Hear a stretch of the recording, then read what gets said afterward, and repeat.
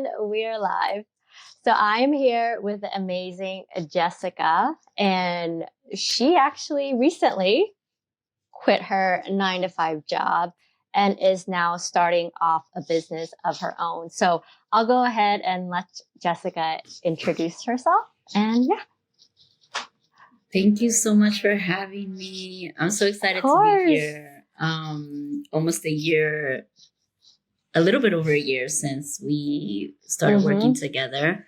So I'm Jessica Peñaranda. I use she and her pronouns. I am an aspiring housewife, JK, but really I'm not why I quit my job, but how would I define myself? I am a high femme. I am a creative. I am a Libra sun, a Virgo rising, and Aries moon. Those things are important, right? Wow. Yeah. Right? All the things. But I'm queer. I'm an immigrant. I immigrated to the United States when I was a baby. I was 6, 7 years old. In the early 90s, came with come from a huge Colombian family. Family and community is so important to me. And not everything I do is from those roots, and it's so important.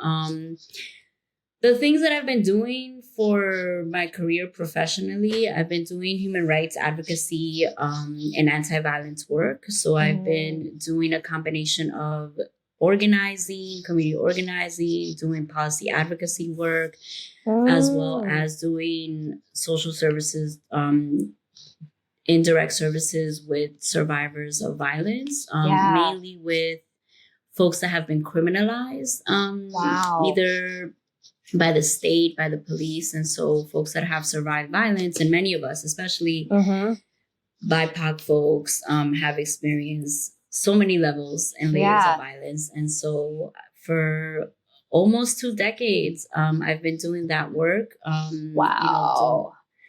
Starting as a case manager doing domestic violence work in a NYPD precinct in East Harlem, and to my recent sort of full-time nonprofit gig, supporting young people that had been arrested on violent felonies and leading a team to interrupt violence in communities in a way that doesn't criminalize folks, but actually uses a restorative justice approach to healing and really repairing harm, right? And centering survivors of violence and those who cause harm. Wow. Okay. That's a lot.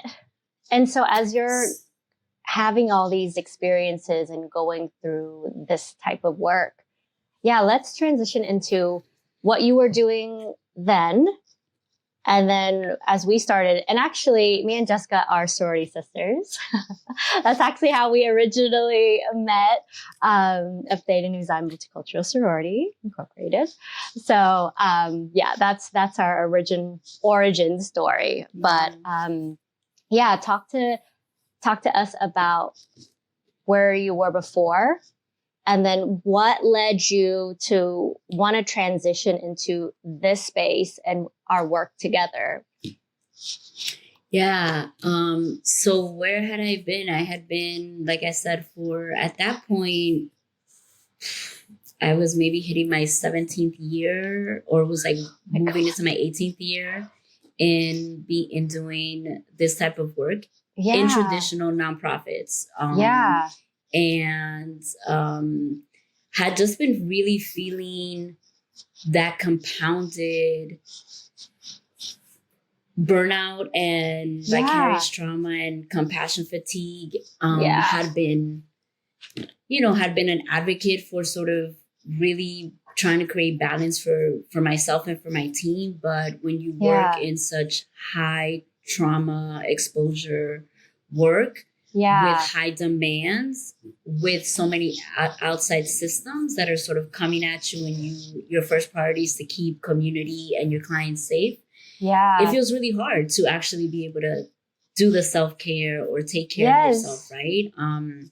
And my body was feeling it, my soul was feeling it, you know, my heart was just really not well in many ways, and I was not emotionally well either. I had gone through two big layoffs. One layoff from a organization that in many ways I had wrapped myself into my identity was wrapped up into this organization. My friends were there, my community were there, the work that I was doing. So there was no actual boundaries. In many ways, I was not really good at boundaries at work. And that layoff like really shook me. I entered into an acute depression for about a year or so. And it was really a time for me to think about my relationship to work and my relationship to labor. You know, and especially for someone like me, and that the relationship to labor and for me it was like really hard because I, as a value oriented like labor worker, I can't be doing work that isn't aligned to my values. And I was not seeing that alignment. I was seeing that we were serving or had sort of a mission and had these values around, you know, care and healing and wellness and really disrupting these really violent systems. But internally, staff was like being harmed in so many different ways, right? Because the nonprofit industrial complex reproduces those violent systems, you know, that we try to fight day to day. It's just like happening in the micro level. Exactly. Oh my gosh. Exactly. Okay. Exactly. Yeah. Yeah. Plus all the family dynamics, right? Like we come to work with all, you know, we come to work from our experiences in our own sort of families and communities, and all those things are sort of playing out, ego playing out, you know, white supremacist like values and practices, sort of hierarchies. And I really had to get good with exploring, like, if I'm supporting survivors of labor exploitation, which has been most of my works, working with survivors of human trafficking and exploitation, what does it mean to be a worker that is sort of having parallel experiences in that way? And I think the layoff, as hard as it was also kind of like a portal for me into thinking about my relationship. And after that, I started relating to work very differently, right? So I knew that I needed work because we live in capitalism, right? And so in order to meet my needs, I need to sort of get a job, and started really thinking about, like, maybe I do work that is a little bit different. Maybe I do work that I don't have to feel consumed, and I can actually find community outside of work. And so those two things were happening. So when you and I came together, I had actually a couple of months before that parted ways with a business partner, and I was in the process of forming a worker owner cooperative. And so I wanted, you know, so I would say in like 2020, 2021, I had gotten into a program with Green Workers Cooperative. Like, we're sort of learning how to join the solidarity economy, right? Kind of like the work that you're doing, Tawn. Like, you know, and in a real way, like having a business partner, thinking about like cooperative models, joining solidarity economies, where we're really trying to create a new model in contrast to capitalism in business. And I had parted ways with my business partner that summer of 2022, I believe. And I was at a full-time job. I was a manager at this point, working for this restorative justice organization, and was now starting to find myself like the work is getting more intense. And the intensity I could no longer sort of like hold, because my life is now different. I have 2 kids. I have a wife. Like, you know, I was giving more of myself and not showing up very well at home, you know, and those folks don't deserve that in many ways, right? And so I had to have another sort of like, you know, kind of reality testing with myself, and if it's not now, it's never. And I remember telling people, I want to quit. I want to sort of like find something else. And it took me. So then you and I got together. We talked about sort of what I thought was like time management, right? And I was like, I need to get like shit together. I can't manage my time. Like, there's so many responsibilities.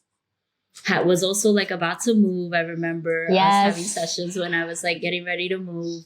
That's a big deal. And I think the thing that I learned was that it really was about maximizing my energy and my capacity versus kind of recreating this same culture of like produce by any means necessary, and then burn out in a different way, right? And then not have time and space to actually do the creative pieces, to actually think about launching a business. So it took me about a year, actually. Like, we started meeting in September. I quit about 6 weeks ago. 6-7 weeks ago. It's a process. So it's definitely been a process. It's slow, and I think as a Libra, had to weigh the pros and the cons and sort of like think about those things for a while. But those roots like really cemented my ability to think through, how do I maximize my energy? How do I center wellness and care? You know, and till this day, I have like those blocks in my calendar, like, you know, where it's like remembering, like, I'm not a morning person, so I have to have these slow mornings. And I used to feel really guilty about that. I used to feel so guilty about just not being a morning person. Like, why can't I get up at 6 a.m. and do the workout? And actually, like, I'm just have to rise slower, and then I'll have like energy in the middle of the day towards 100. The night, right? And I think the beautiful thing was that I felt so much less shame and even like stigma as like a human to organize my life after having those conversations with you, and now implementing that, and and finding kind of just like a middle ground too. Like, maybe there are some days I have to get up for like an early meeting, and so what do I need to do the night before in order to like not be, you know, a mess and a zombie at 9 a.m. the next day. Right. Exactly. Yeah. And I think ultimately it's been about like freedom, you know, like my journey to freedom and healing in many ways. And before, time was not my own, you know, and in many ways time is still not my own because I have 2 children that take up a lot of time. Responsibilities and commitments that you have. Yeah. But now I can have even those honest conversations with the kids. Like, you guys are important. And also like we started implementing like quiet hours on Sundays. What? Where everybody gets to either do a creative, you know, they can do their creative hour during that time. I love that. We can just like, everybody's learns to spend time alone. My wife is finishing her dissertation. So, you know, when did y'all do this? Trying. Yeah. So that we started so about beautiful. Like 2 months ago or so, and it's been going really well. And like modeling and teaching the kids that has been like also really good. Yeah. Where it's not like you have to have 1,000 to-do lists and you have to just like kind of be busy, but you can also integrate like time for yourself and the things that in your projects. Yeah.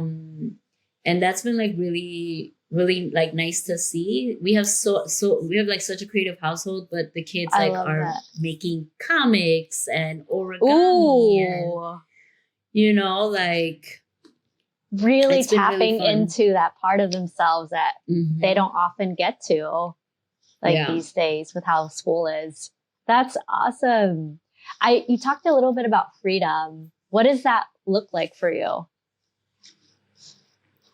What in this sort of space around how I redefine like work and labor, for me it's like being able to have more decision making and power in the work that I do, the people that I interact with, and being like really clear in what work I want to do and what work I don't want to do, and also not having this like fear and anxiety of like, I can't do this thing, but I'm gonna like try and like fake it till I make it, until then I just like burn out and I'm miserable. Yeah. And then, so that to me has been, still very early. I've been freelancing, I think, for two years, and now more full-time as a consultant and coach. But really like building those relationships and then nourishing those relationships in a different way that I had to before. That feels really freeing to me. Yeah. Having space also to be like, today is the day that I don't want to do any work, and instead I want to do something else. I could never do that between Monday and Friday. It was always like, there's a to-do list, and if I don't do it, then I'm like stressed about it. For work, now I'm kind of experimenting, and so that also feels like freedom, right? Just experimenting for what works and what doesn't work. Yeah. I'm remembering the first like 2 weeks when I quit my job, I overscheduled myself. I was like, every minute was like scheduled. And I didn't do anything. I was like, it was so overwhelming. I didn't do anything. I was like, I'm kind of creeping back into those things. And so I think freedom is also being able to meet myself where I'm at. Like this in the work that I do, and folks that I like train, I often tell them like a person-centered approach requires you to assess a level of readiness, if they're ready to receive whatever services you're offering, especially as trauma survivors.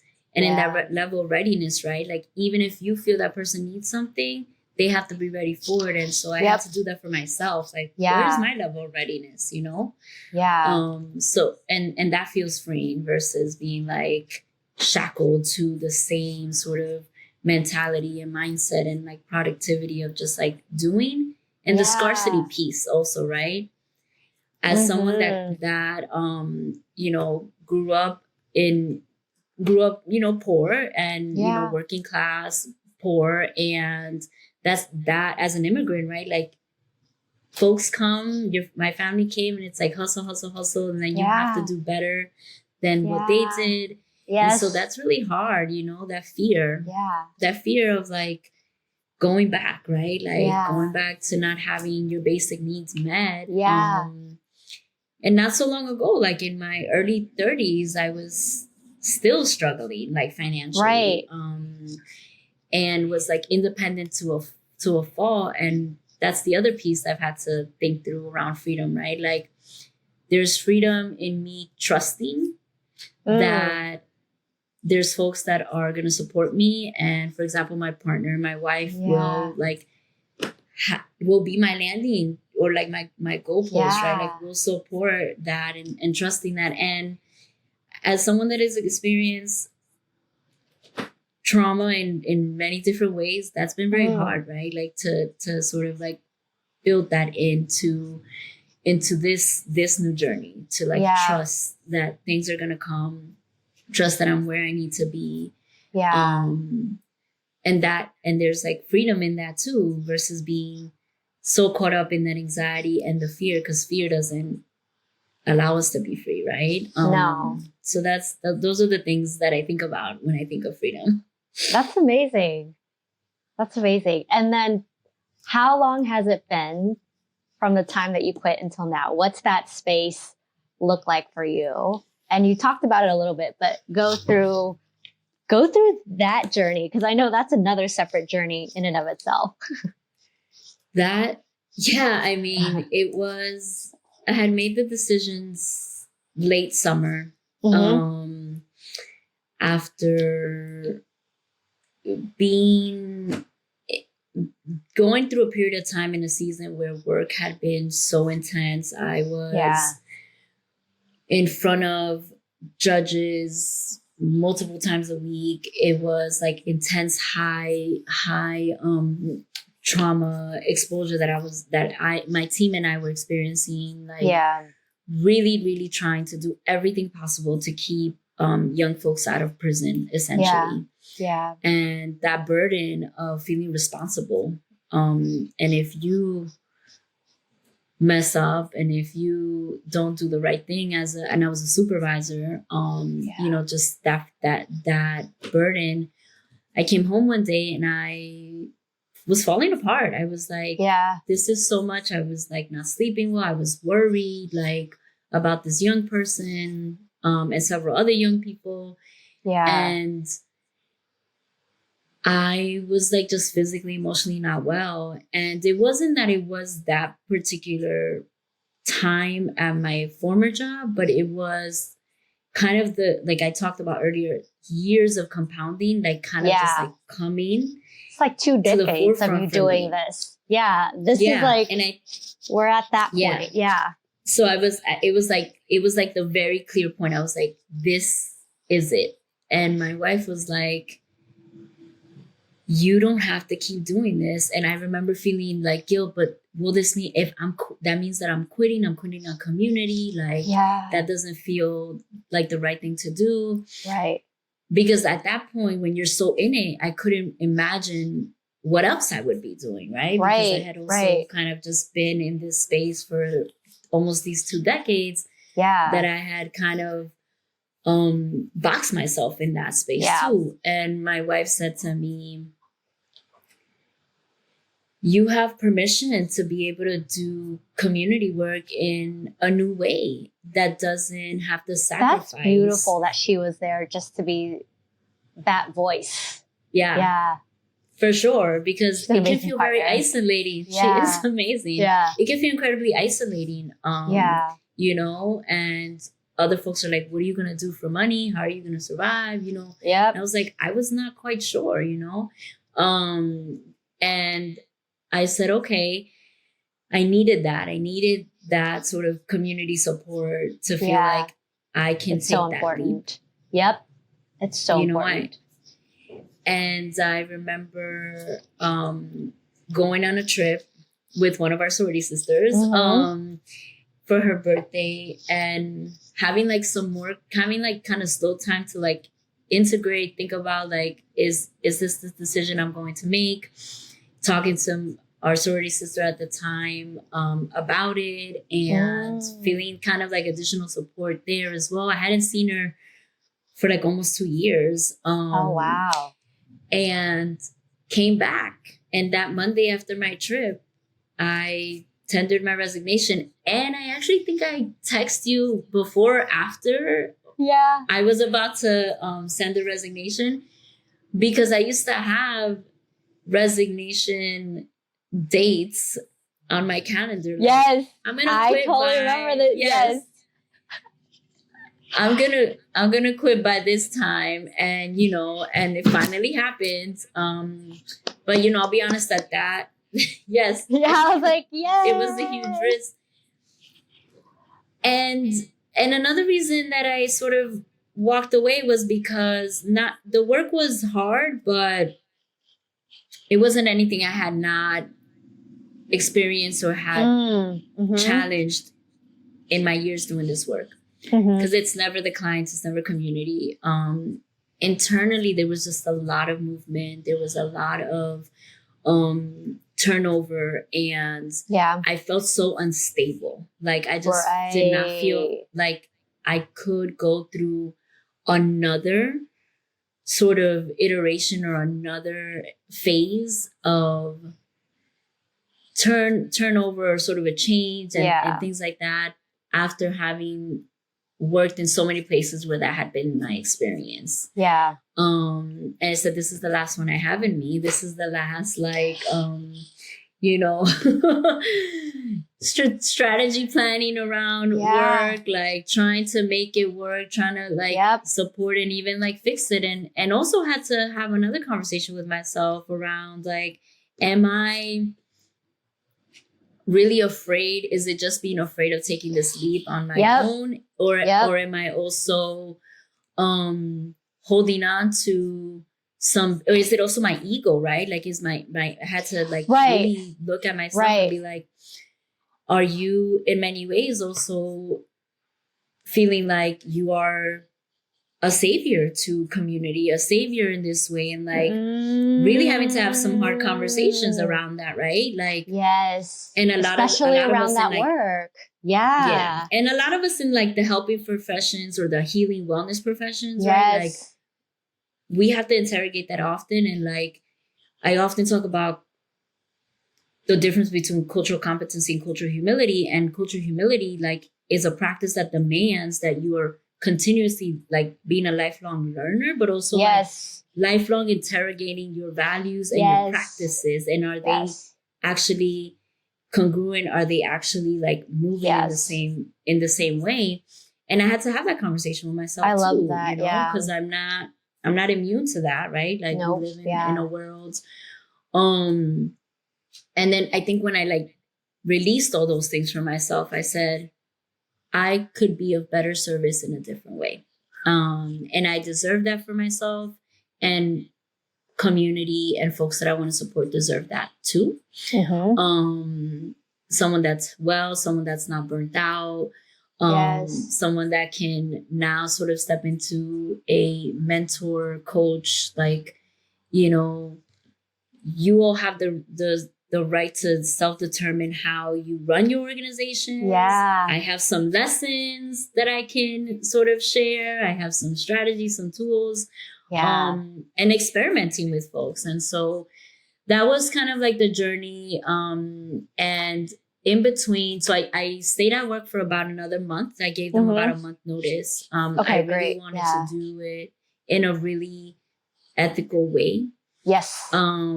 I could have quit in 2 weeks. I could have quit that day, you know, but I was supporting a team that was at the front line. And so their exposure is even more than what I was being exposed to as a supervisor. And there was a lot of tears. There was a lot of fear. There was a lot of worry. And it was really heart-wrenching for that month to sort of hold people, try to do that transition. And I kept having to tell myself, like, you're doing the right thing. You have to put yourself first. And the organization will be okay. They will figure it out. There's that weird guilt that you have. I had that. I had that guilt. I had that guilt. You know, I have to say that the folks were really, from management to like staff, were like really, really good, and like held that transition as well as they could, like during the time I was about to leave in that month. And so that was really welcomed and also really like nice, because my last transition was not like that. It was not great. And so then those things helped it realize for me that it was like the right time, because it was kind of all aligning, right? Like it was there was no tension, there was no conflict. It was like, we're mutually sort of like going our separate ways, but we want to remain connected. We want to remain like working together, like, just in a different way. And that was really helpful. No, I really like that you said that. I think a lot of times people are like, I just want to quit because they're just fed up. But I think what you carry with you into the next phase makes a huge difference. And I think for you, moving in that way, it allowed you to flow and be in alignment, so that when you started this, that it didn't come with this, I guess, baggage. I don't know if that's the right word to say, but there's like this energetic, I always call it like gunk. And when you leave something in a really horrible place, like somehow you'll just carry that into that next project that you have. But the way you did it, I was like, ooh, that felt good. That felt aligned. And I love that you share that, because for a lot of people, they don't recognize what that feeling is. And so they see like, oh, someone quit, I'm going to do the same thing. I'm like, no, don't quit yet until you go through what you just described. Literally, it's like a process. It's like a year, 2 years, some people 3 to 4. So I'm just saying, like, I love that you say that, just to kind of make the point of, it takes time and it takes a lot of like self-criticism, and not a bad way, but more of what you were just saying, of being aware of all these dynamics being played and why you're doing it. So I really thank you for sharing that. Yeah, for sure. You know, and I would also tell folks, like, if you're in a really bad place and have folks that can support you and, you know, can support meeting your material needs in another way, and it's like very bad, then sometimes you do have to kind of like walk away out of self-preservation and safety, right? Because some of these places are just not safe. You're right. You know? Like, you're right. workplaces are not safe. But yeah, I think the interrogation piece is critical, you know? Right. Sometimes I would be a little like jealous of folks that were just like up and quitting. I was like, that's amazing. Yeah. How much money do you have in your bank account that you can do that? Yeah. You know? Yeah. Like, but yeah, like it's such a unique and personal choice and experience. 100%. You know, for some folks, they would maybe not share with a lot of folks. I'm a sharer. You know, some folks may be like, don't share because then your things won't come, you know, to life or whatever. Yeah. As such a relationship like oriented person, it's very hard for me. You know, so my boundaries, like I have to manage like, okay, how much do I share? But I feel a little different when it comes to that. I'm like, you need to lean on people. Like you need to build like, you know, who's like in your little pod of support, right? Like, you know, how are you creating that? And don't do it in isolation. I like that. Yeah. And even going off of that, if someone was in your position, specifically with the type of work that you do, and they're feeling this burnout and they're feeling this weight, what would be your advice if they want to transition?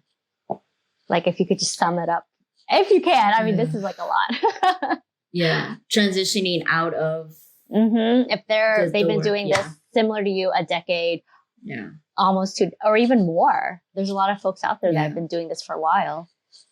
Yeah, I'd say taking an inventory of your own wellness and you know, really like each part of it, right? Like your physical wellness, your emotional wellness, your family wellness, like all, like really just like taking an inventory of that, like interrogating some of those, like what would anything make it better or more possible for you to remain, and then how much longer do you think that you can remain?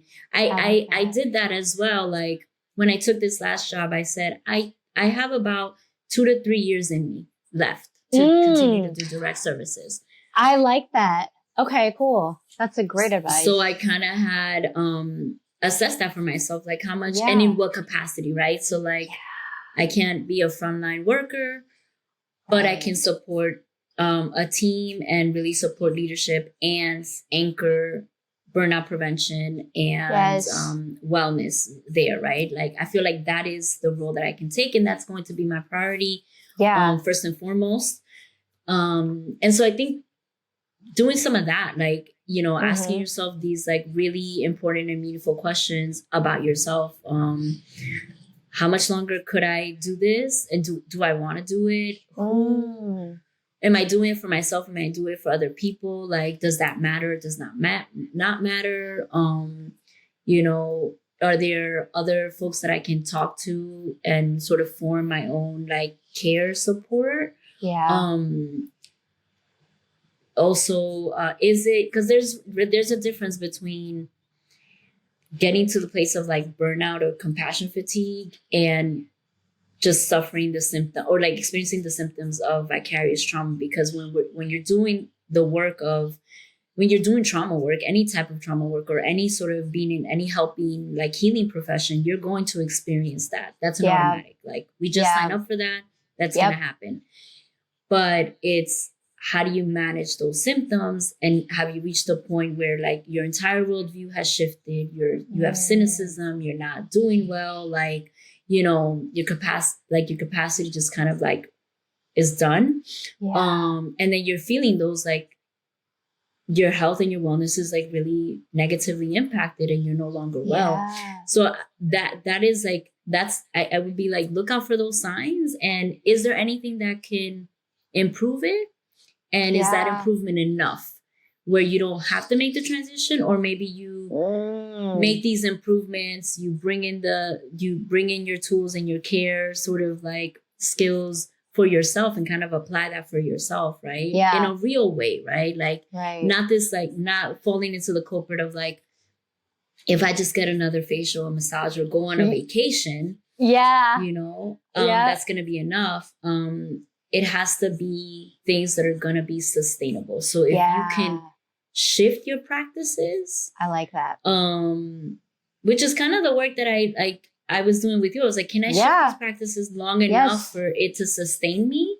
Yes. And even with that, after a year, it wasn't enough, right? Yeah. Or like it carried me into the next year. Right. It was enough to kind of it's head above water. Exactly. Yeah. Yeah.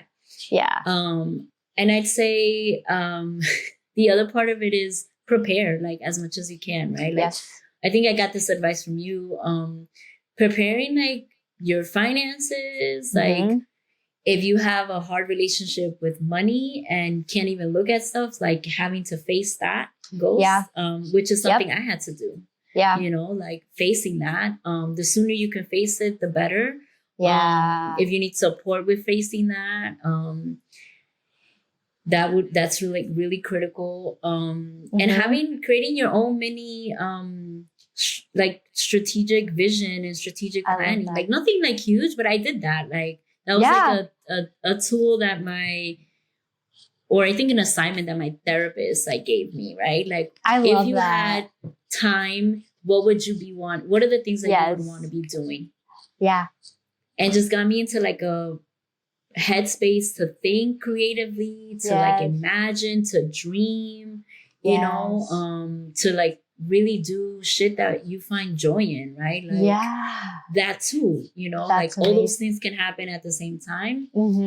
And then when you're ready, take whatever steps you need to get there, right? Like we said, like everybody's road is going to look different. But having some preparation will be critical. And seeking help, like if you have the means and you have the ability to, like whether it's a therapist, whether it's a healing practitioner, whether it's you know, someone like Tawn that's doing like energy management work, and helping you like really just get it out of your head. And like oftentimes like that is to me a wellness practice, to be able to just like dump and like compartmentalize, not to ignore, right? But it just like actually it needs to get relieve out. pressure. And create more openness, right? Like it helps create openness. I see, you know, now that I'm moving into like mind body somatic coaching for burnout prevention and compassion fatigue, I think about that. I'm like, let's create more space. Like if this wasn't the thing that you were hyper focused on, what would be the thing that you would create more space for? And so doing that at whatever pace feels right for you, and seeking folks to help you do that, because you can't do it alone. You definitely can't. Or you could try, you know, definitely. Like sometimes it only gets you to a certain place. But I know for me, I had multiple people. I had my therapist, I had my wife, I had my community, my best friend, my meme group, right? Like, you know, a crew of other sorority sisters where we just like talk shit and send memes. Like, you know, my cousins group, like just so many people have like supported that. It takes and then a big professionals, right? I think there's like another sorority sister of ours that does like career coaching. Zainab. I also like had gone through so many versions of coaching and support with her, right? And like that bringing me to another place. And then when you and I did work together, and then just most recently, one of our other sorority sisters started as a breathwork facilitator, and she gifted me a breathwork session for my birthday. Oh, that's amazing. It was incredible, right? And so like, you know, all those things, I see it now as part of what sustained and helped me get to where I am. 100%. You know? Yeah. Totally, and reflecting back a week after, or a week and a half after my first layoff, I remember reaching out to you and asking for a session on Reiki. And I remember I did my first ever Reiki. Maybe it was my first or second Reiki session at with you after my layoff. And so I feel like serendipitously, or maybe just like universally, it was like rooting from the beginning. You know? there are things at play sometimes. I really believe that. That's like, okay, you're on the right path. But yeah, I absolutely agree with you where people play a huge part. And I think people are part of that environment too, that you build and nurture yourself, that you seek. So it's not this passive thing. Like it's a relationship. It has to be, go two ways. Well, that's awesome. That is super insightful. And I'm really excited for people to hear that from you and giving that perspective and that advice. So tell me now, as we're transitioning, where are you now? What are you doing? How are you working? And so I feel like as still a baby entrepreneur, like starting out, since it's only been about officially almost 7 weeks. But I have been where I'm at now. I am in the process of developing and building a worker owner cooperative. So staying focused and committed to solidarity economy work. Yay. Okay. And building that out will be a consulting and coaching firm to start so as we lay that foundation, and with the goal to do educational consulting as well as building a consulting and coaching practice for folks that work across the spectrum of healing and across the spectrum of I love that. Working with survivors of trauma, doing anti-violence work. I'm finishing up a mind-body somatic coaching program, certificate program. And so looking to open up some space to do one-on-one coaching or group coaching with frontline workers that are have high trauma exposure. So counselors, case managers, first responders, and really having more time and consulting and training and conversations around how we do more embodiment in work, and how we actually like just break open like burnout prevention. Like how can we really concretely work on burnout prevention and that compassion fatigue that folks experience. And also like I've been really interested for a very long time in building out leadership spaces and like building, especially for like folks, just first gen immigrant communities, just like building folks leadership, like such untapped space to actually build folks leadership beyond just kind of like you have a fellowship or you have kind of like a more traditional leadership route or like a mentorship mentee role. Like just how do we lead in community together? How do we build leaders in that way? So I'm really interested in so building it locally. Locally, doing some like learning communities with folks. And at the end of the day, just like really staying curious, like high support on self-determination and like non-judgment for folks. And my big commitment to particular community is to the sex working community. And so I've been doing sex worker rights for these 2 decades. And so remain committed to that community that's highly criminalized, highly stigmatized. And so, remaining in that space, in the harm reduction space as well. So that's what I'm doing now, doing some consulting work, doing some training with that focus on burnout prevention and sort of more radical self-care. And I want to do something more, something creative. I would love to do some writing, some, social fun critique. So exploring potentially a podcast, which I know you and I talked about a year ago. And really want to like dive into that. I used to write a lot and perform poetry back in the day and haven't had that space. So want to create a space to also bring creatives together and like have fun. Like, have like throw a good party, have some fun, like, and heal together. Like, that's my jam. That's what I want to be doing. I think that's amazing because we always need a little bit of that joy back. Like we have all of this going on, but I think it's also important to have that space available for healing and hope and joy and happiness. That's amazing. For sure. And then, so if someone wanted to work with you or to learn more about you, where would they go to find you? So right now, folks can contact me through my email. I'm not like anywhere on social media yet. But you know, happy to share my email contact with folks. That's kind of like right now as until we build out like more of the foundation of the business. Great. Awesome.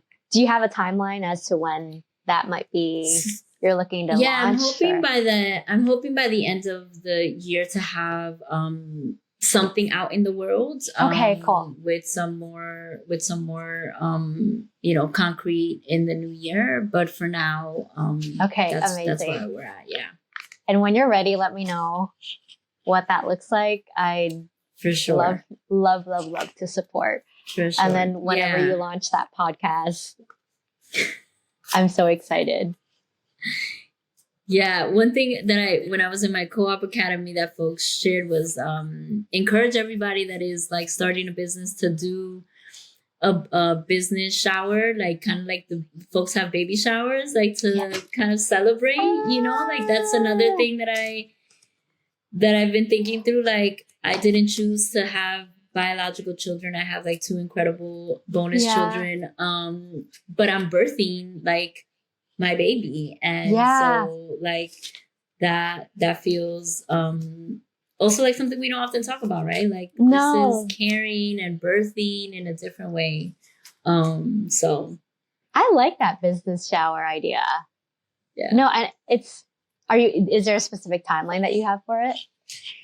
In the new year. Okay. So I'll send out invitations to the birthing, the baby shower. No, I think this is so critical because when I talk to folks who launched business, whether it be super, super tiny or big, it's a huge deal. Like it's a big deal. And I think even like I was talking to Vani a few of the episodes earlier, and it was just like that first interaction, you just cry because it's just like, you're like, oh my God, this is actually real. And you realize something into like this 3D space, and it's really cool to watch. And so, yeah. So what I'm going to do is I'll link your email below. And then when things are coming up, I'll be sure to share it and also update all the links too. Amazing. To all of this. Yay. Thank you. Thank you, Jessica, so much for doing this. Thank and you. I'm excited. Yeah, I'm really excited to see what's coming up in 2024 for you. Like, this is going to be really good. Thank you. Thank you so much. Thank you. Alrighty. Bye.